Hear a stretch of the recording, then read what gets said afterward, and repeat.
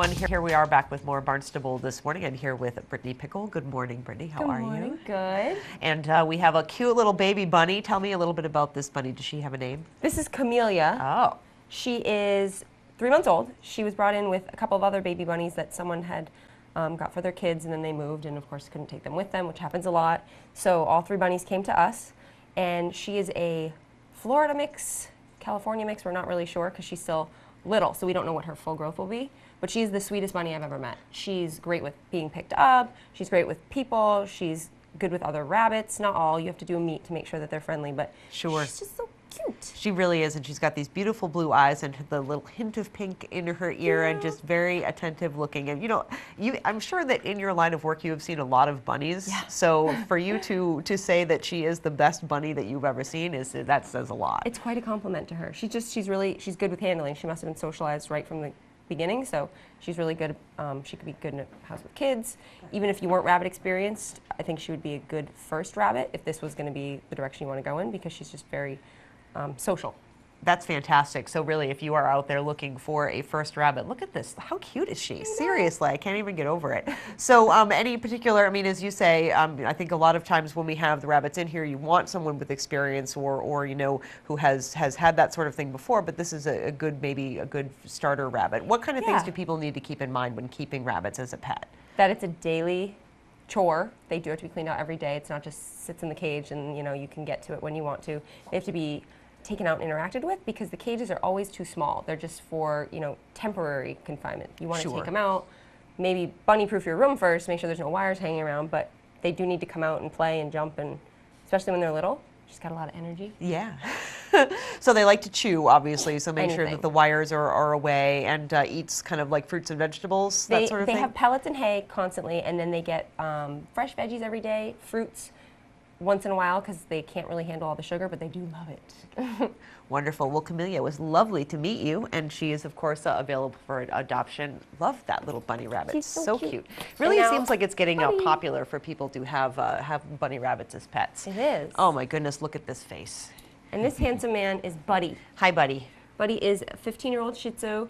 He came in because his owner was having health problems, and he had some health problems of his own when he arrived. He had ear infections. He had some eye problems, so we have since gotten him treated for his eyes, his ears. He had dental work. He had some teeth pulled, but he still has a lot of teeth remaining. And he's just awesome. He is attached to people. He wants to be around you all the time. He could do well in a home. He's tolerant of other dogs. He really just doesn't react to them. Sure. So he might do well with other pets in the home or as an only child. Indeed. But of course, he is a senior dog, so does he require a little bit of extra care because he's getting on in years? Yeah, so we always suggest annual blood work for seniors, because their systems obviously change more rapidly at that age. He's 15.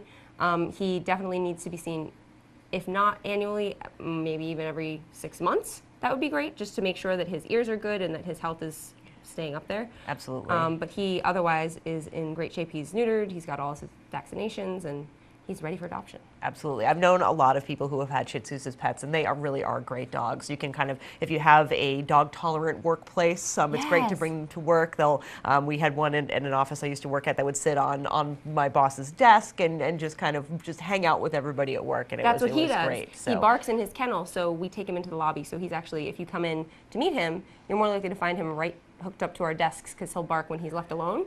So he is now our office dog for a little bit until he goes home. And he's a natural here on TV, and he's definitely very loving. He's snuggling right up. Mr. Boy. Oh, he loves people.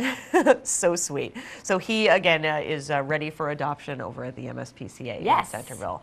All right, buddy, you did a really good job on TV, and I know we've got one more. We have a kitten, of course. Of course. It Gotta is have the the season. kittens, right? And this is Sal. Oh. Sal is about 10 weeks old. He is a special kitty because he came in having not really been socialized. He was about 5 weeks old when he came in. Oh. And he's acclimating, he's warming up to people. He just takes a little time. He's not just going to come right up to you. And him and his siblings that are available for adoption are all the same. They need a more patient adopter that's willing to put in the time and the work to get them to bond with them. Sure. Because they're a little fearful at times. Yeah, he's especially in new scenarios. A little wild guy. But yeah, this is Sal. His brother Lewis is available. They all could go home. We would prefer them to go home to a house that already has a friendly kitty. so that they can learn to be social and that, No running away. to get used to people. It helps them acclimate. If they see another cat that's already being handled by a person, it makes them feel more comfortable. So we want all of those kittens to go home to a home that already has another friendly cat. Great. Not a scaredy cat, because that's just going to teach them the wrong behavior. Exactly, but a friendly, well-behaved cat who can kind of show them the ropes and be kind of a role model, be a mentor for little wild Sal here.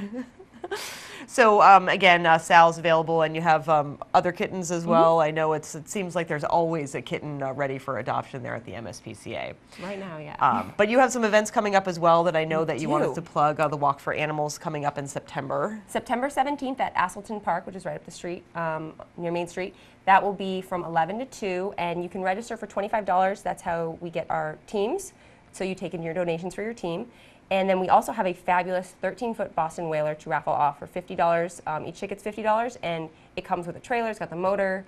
It's ready to go. You can come into the shelter to buy a raffle ticket starting now, or at the day of the walk on the 17th in September. That's awesome. 13-foot whalers are a lot of fun. Yeah. Go over to Sampson's Island, and if you got the trailer, you don't have to worry about docking. Just put it right in.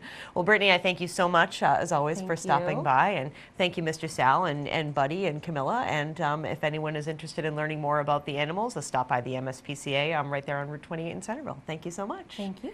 We'll be back with more VTM in just a minute. And here we are at the end of the show on Friday. I love ending the show with kittens. Isn't he so sweet? Adorable. He's a lot of fun, this little Sal. We always get to meet the cutest animals here on Barnstable this morning. We're so lucky. We really are. And a quiet day, though, here at Town Hall. No meetings. We'll be back in action next week, though, with more. And of course, you can keep up to date online. Just go to townofbarnstable.us. We are here each and every weekday morning starting at 8 a.m., bringing you news, information, interviews, and kittens on Fridays. We'll be back with more on Monday. We'll have Town Manager Mark Ells. We'll have our Superintendent of Schools segment, Energy Coordinator Richard Elric, and Cape Cod Community College's Michael Gross. All of that and much more. This will actually be Mark's first appearance as our Town Manager. Wow. So we'll Can't believe it. We'll get the lowdown from him as we get used to the new normal here in Town Hall. All of that and much more on Monday. Have a great weekend, everyone. Thanks so much for watching. I'm Sarah Colvin. And I'm Sarah Mann. And we'll see you right back here Monday morning at 8.